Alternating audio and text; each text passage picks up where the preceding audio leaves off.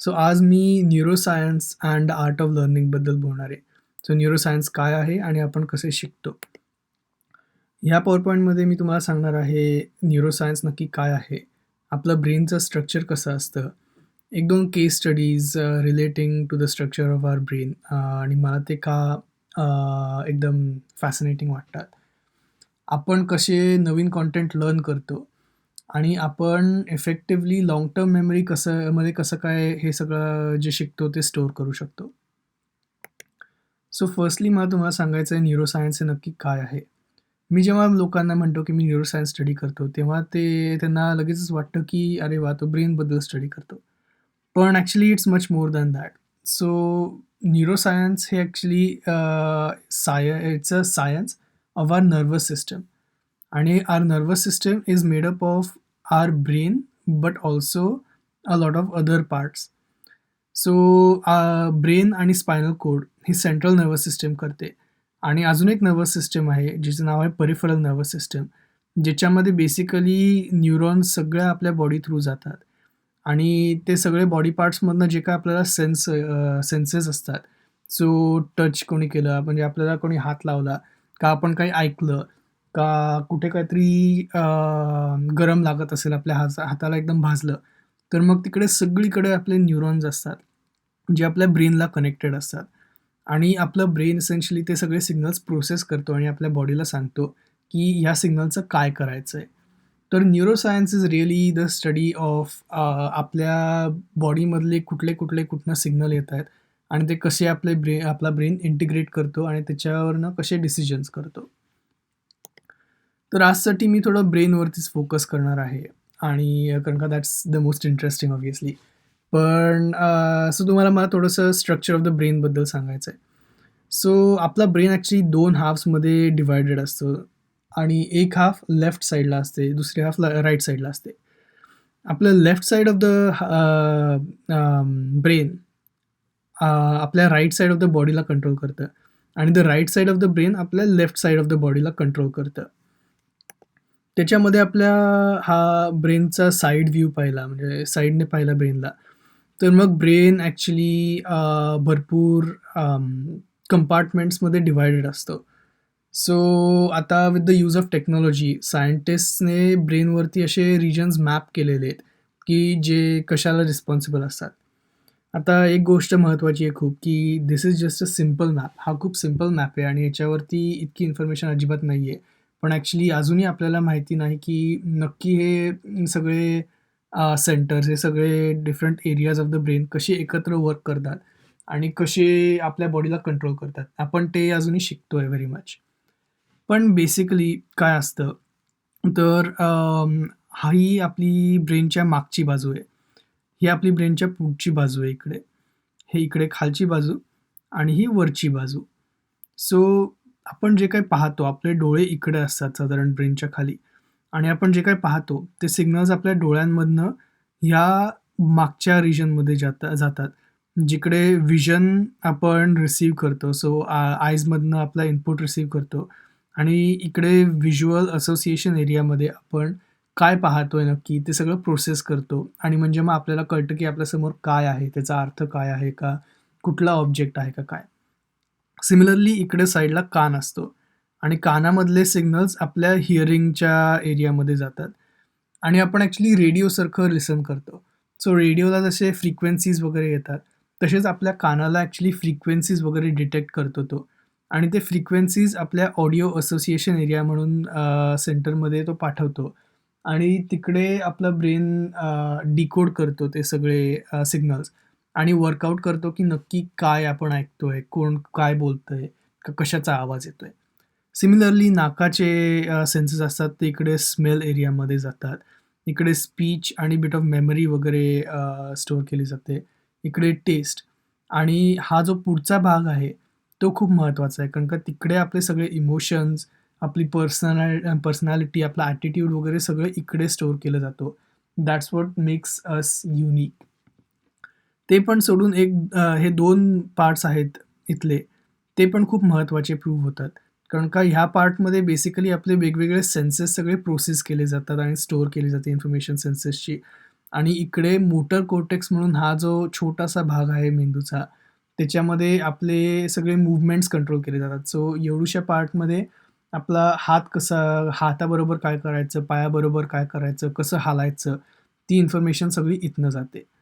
तर आता मी एक व्हिडिओ दाखवणार आहे, ज्याच्यामध्ये एक एक्सपेरिमेंट केला जातो, ज्याच्याने हा भाग ब्रेनचा ॲक्टिव्हेट केला जातो.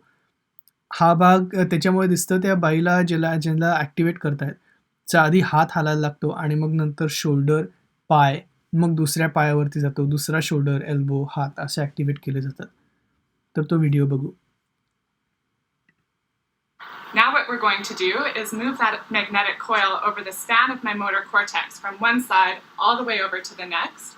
And what you'll see is muscles slowly recruited from my hand up to my elbow, shoulder, right leg. And after she switches hemispheres, we'll see some of the left leg come in and then down the muscles of my left arm. So here we go. So right hand, little bit of elbow, some shoulder and leg, still right leg, little response in my left leg there, we've switched hemispheres, more leg on the left side, left shoulder, left elbow, and left hand. Thanks for joining us. तर जसं पाहिलं, जसे ते pulse इथनं इथपर्यंत गेला, तसे तिचे हात, पाय वगैरे ॲक्टिव्हेट व्हायला लागले. ह्याच्यामध्ये तिला काही दुखलं नाही, पण ॲक्च्युली तसेच आपला ब्रेन आपली सगळी बाकीची इन्फॉर्मेशन ॲक्च्युली प्रोसेस करत असतं. तर आता मला 2 केस स्टडीज तुम्हाला सांगायचे आहेत. हे 2 केस स्टडीज न्यूरोसायकॉलॉजीमध्ये सर्वात फेमस केस स्टडीज आहेत. पहिला म्हणजे एका माणसाची केस. ह्या माणसाचं नाव आहे फिनियस गेज. फिनियस गेज हा अमेरिकेमध्ये एक रेलरोड वर्कर होता, जो रेल्वे लाईनवरती हे असे मेटल रॉड घेऊन काम करायचा. एके दिवशी त्याचं लक्ष नसताना एक मेटल रॉड खूप फोर्सने त्याच्या गाला थ्रू गेला आणि त्याच्या डोक्यामधनं बाहेर आला आणि त्याचा एक डोळा त्याच्यामध्ये गेला. पण हे झाल्यानंतरही तो उठला आणि हॉस्पिटलमध्ये गेला आणि डॉक्टरांना म्हणलं, की माझा एक ॲक्सिडेंट झालेला आहे, तुम्ही मदत करू शकतात का? तर डॉक्टर आश्चर्य झाले, की या माणसाच्या डोक्यामधनं हा रॉड गेलेला आहे, तरी पण तो हालू तरी कसा शकतो? सर्जरी त्यांनी केली, रॉड काढला आणि तो रिकव्हर झाला. आणि सगळ्यांना आश्चर्य वाटत होतं, की एवढं सगळं होऊनही तो रिकव्हर होतोय. पण त्याला जसं डिस्चार्ज केलं, तसं एका आठवड्यानंतर त्याची बायको हॉस्पिटलमध्ये आली आणि डॉक्टरांना म्हणली, की "तुम्ही माझ्या नवऱ्याचं काय केलंय असं? म्हणजे त्याला काय झालंय?" तर ते म्हणले, की "काय म्हणजे काही साइड इफेक्ट्स वगैरे दिसतात का?" तर तिने ॲक्च्युअली रिपोर्ट केलं, की तिचा नवरा ह्या ऑपरेशनच्या आधी एकदम शांत माणूस होता, जो कोणाशी इतकं बोलायचा नाही आणि जो त्याच्या फॅमिलीसाठी काम करायचा आणि सेव्ह करायचे मनी सेव्ह करायचा वगैरे.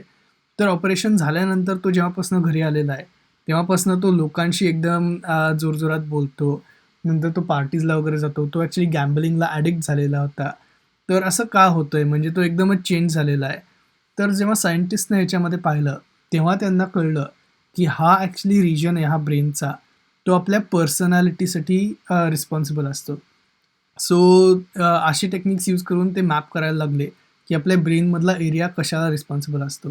आणि आपण आधीच्या ह्याच्यावरती पाहिलं, सो जसं मी म्हटलेलं, तो रॉड ह्या पार्टमधनं असा वरती गेलेला आणि त्यामुळे त्याची पर्सनॅलिटी जिकडे स्टोअर झालेली, त्या एरियामधले कनेक्शन्स सगळे गायब झालेले. त्यामुळे त्याला ऑपरेशननंतर कंप्लीटली नवीन पर्सनॅलिटी आलेली. दुसरी केस म्हणजे एका माणसाचं जिचं नाव होतं हेनरी मॉलसन. सो हेनरी मॉलसनला एक आजार होता कॉल्ड एपिलेप्सी आणि एपिलेप्सीमुळे सीजर्स येतात. सीजर्स हे अनकंट्रोलेबल बॉडी मूव्हमेंट असतात आणि याला एवढे एक्स्ट्रीम सीजर्स यायचे, की दिवसातनं 5 ते 10 ह्याला ॲटलीस्ट असे सीजर्स यायचे. तर he couldn't live with that म्हणजे त्याला जगावं असं नव्हतंच वाटत ते एवढ्या सगळ्याने. आणि तेव्हाची एक स्टँडर्ड प्रोसेस होती, की हा एक ब्रेनचा भाग कॉल्ड द हिप्पोकॅम्पस तो काढला, तर मग सीजर्स थांबतात आणि एपिलेप्सी जाते. तर ह्याला इतकी सव्हिअर एपिलेप्सी होती, की डॉक्टर्स म्हणले, की आपण दोन्ही साईडचे हिप्पोकॅम्पस रिजन्स काढून टाकू. त्यामुळे ऑपरेशननंतर हे त्याचा ब्रेन असा दिसायला लागला, की इथलं हिप्पोकॅम्पसमधले रिजन्स त्याचे काढलेले. आणि अगेन तो सर्जरीनंतर रिकव्हर झाला आणि चालायला वगैरे लागला. पण ह्याच्यामध्ये अजून एक विचित्रच साईड इफेक्ट दिसायला लागला.